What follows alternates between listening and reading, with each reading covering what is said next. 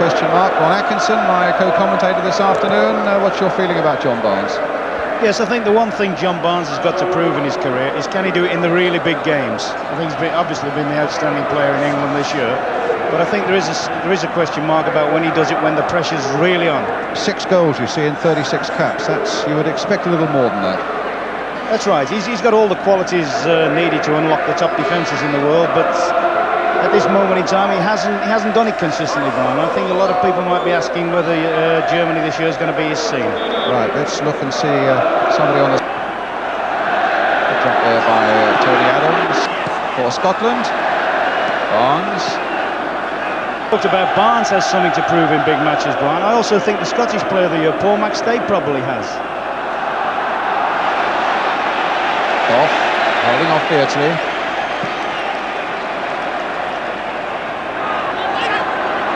Well, Barnes, a little touch by him and a good one. Finds Sanson, but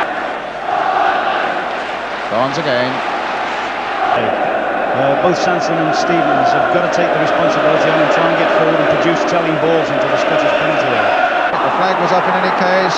Good advantage played by the referee. I like his style already. Barnes. Beardsley. Dummy. Beardsley gets it back from Barnes. Beardsley again!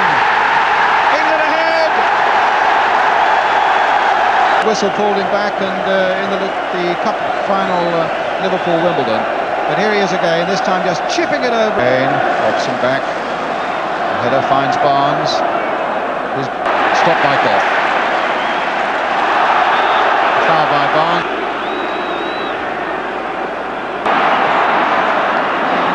To Barnes, a lot of blue shirts are back. Barnes jinking, weaving, gets his cross in. Lineker knocks it back, and the Scots get back quickly. Beardsley loses a boot. Barnes gets the ball really well. Scotland, and I think they may well feel just a little unfortunate to be the Kenny Sanson up. Didn't come in.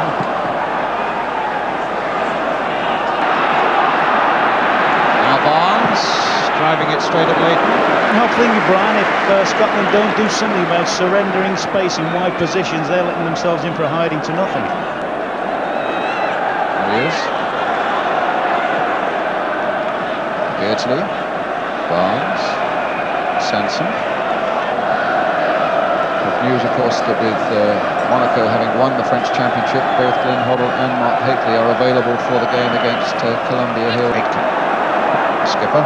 Looking for Goff, who's come up, but Barnes have gone right back there with him. And really it does seem to be in those midfield areas that Scotland now have got to get a grip on things. They look reasonably comfortable at the back. And finding John Barnes.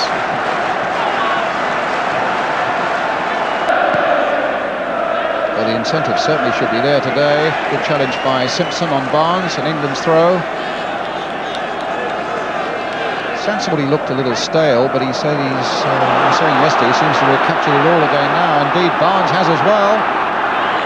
Lineker in for Webb. Very good run indeed by John Barnes. How would you rate his performance with 35 minutes gone, Ron? He's done everything right. He's laid on one very good situation. He's been involved in the goal. He's been nice and tidy. I would just like to see him maybe play a little bit freer. Now Barnes then with the corner for England. Floated in there. Right across the face of that goal. Gets it back to Trevor Stephen. Crossed in by him. And Lineker diving for it. Webb advancing on the far side. Neither could get the touch. Here's Barnes. Cross comes in. Robson. And who's going to take this? It's going to be John Barnes. Floated by him to the far side. Lays the half-time score here at Wembley. It's England 1, Scotland 0. Poured in and appear to have sorted everything out. He made some excellent saves in that first half. Barnes.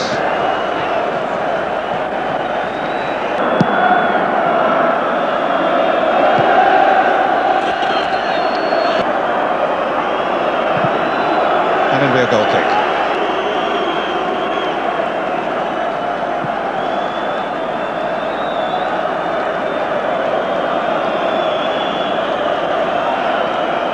Scotland being undefeated this this season. England, for their part, have lost only once, and that was a danger coming up in those situations. Another free kick for Scotland. They're taking McLeish forward as well for this one. I think Clayton and John Barnes with the corner for England. And a back. Lineker, needless to say. Adams, he was a little lucky that McCoist helped it on to Sanson, and now here's with Barnes. Line Barnes shouting for the ball inside, and Barnes gets it. He's got Beardsley alongside him, but Sanson has really got the feel for it this afternoon. Lineker, Barnes. A little roar from the crowd there as they saw the ball at Barnes' feet with a little bit of space.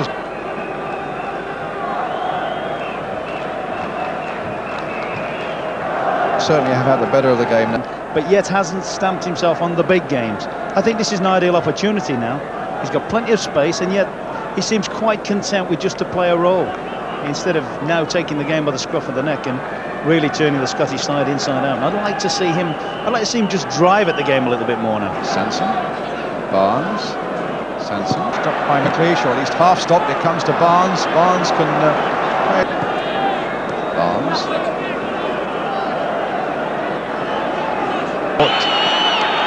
Barnes coming in. Barnes. Sanson. Doesn't look as if he's able to run very well. I don't know whether he's the man coming off, Brown, but he certainly has just been standing still in this left-hand spot at the moment. Barnes. It's been a long time since I've seen front players play with the same ability as Lineker and Beardsley. Beardsley then with the cross. Back for Gary Stevens. Again the ball in, hit in early and touched by Barnes.